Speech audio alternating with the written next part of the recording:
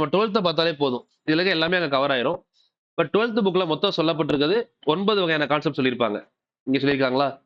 First பாருங்க GDP, GNB, NNP. So அதுக்கடுத்து NNP at factor cost, personal income, disposable income, per capita income, real income, GDP deflector. மொத்தம் 9 சொல்லியிருப்பாங்க. But இப்ப நம்ம டோட்டலா பார்க்க போறது மொத்தம் எத்தனை? 10. 10 பார்க்க போறோம். முதல்ல 10 பேரை வரிசையா எழுதுங்க. அடுத்து ஒன் பை ஒன்னா பாத்துக்கலாம். ஃபர்ஸ்ட் வந்து பாத்தீங்கன்னா ஜிடிபி. சோ அதுக்கடுத்து ரெண்டாவது வந்து பாத்தீங்கன்னா என்டிபி. சோ அதுக்கப்புறம் ஜிஎன்பி, அதுக்கப்புறம் என்என்பி. இதை மட்டும் விட்டுட்டாங்க, அதை எழுதிக்கோங்க. 1 இது 2 3 அடுத்து 4 அதுக்கப்புறம் 5 என்என்பி அட் ஃபேக்டர் காஸ்ட். தென் இதுக்கப்புறம் வந்து பாத்தீங்கன்னா 6 7 8 9 லாஸ்டா ஜிடிபி டிஃப்ளெக்டர் 10.